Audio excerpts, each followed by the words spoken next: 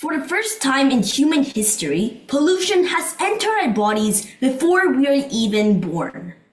A baby takes its first breaths, and already invisible invaders have crossed the barrier from mother to child. At first sight, you might think that I'll introduce solutions to disease or a virus. However, it's obvious we have enough solutions to combat disease with inventions such as vaccinations and antibiotics.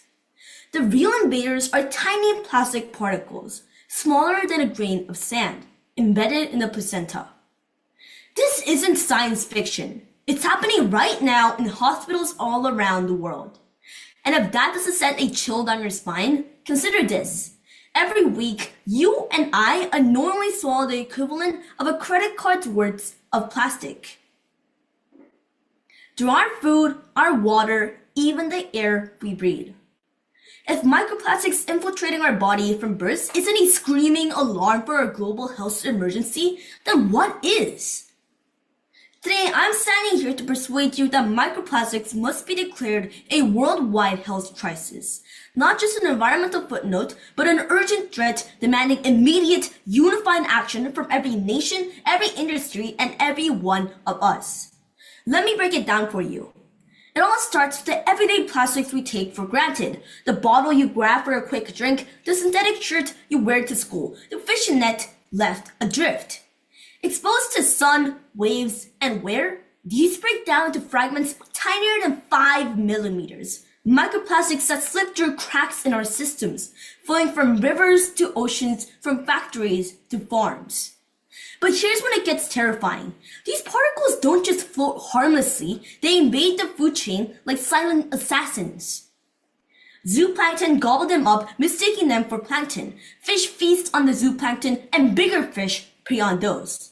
And at the top, us, humans, eating seafood laced with plastic that started as discarded packaging, micro-basic cosmetics, or even tire dust from our roads. Worse still, microplastics aren't inert. They're toxin magnets. They soak up pesticides, oils, and heavy metals from polluted waters, turning into chemical bombs that disrupt our hormones, weaken our defense against disease, and scar our organs from the inside out. We're not merely polluting the planet, we're poisoning ourselves, one invisible bite at a time. We hear about climate change and a distant storm in the horizon. But microplastics? They're already storming our shores and our bloodstreams today. I learned this firsthand during a tidal flood cleanup in South Korea. Wading through the muck, I picked up shredded bags and countless specks glinting in the sand. At first, they seemed like mere litter, easy to dismiss.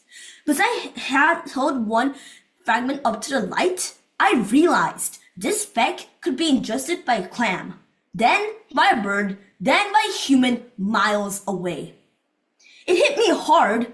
That single piece connected the ocean's depths to our dinner tables, turning a far-off problem into something deeply personal.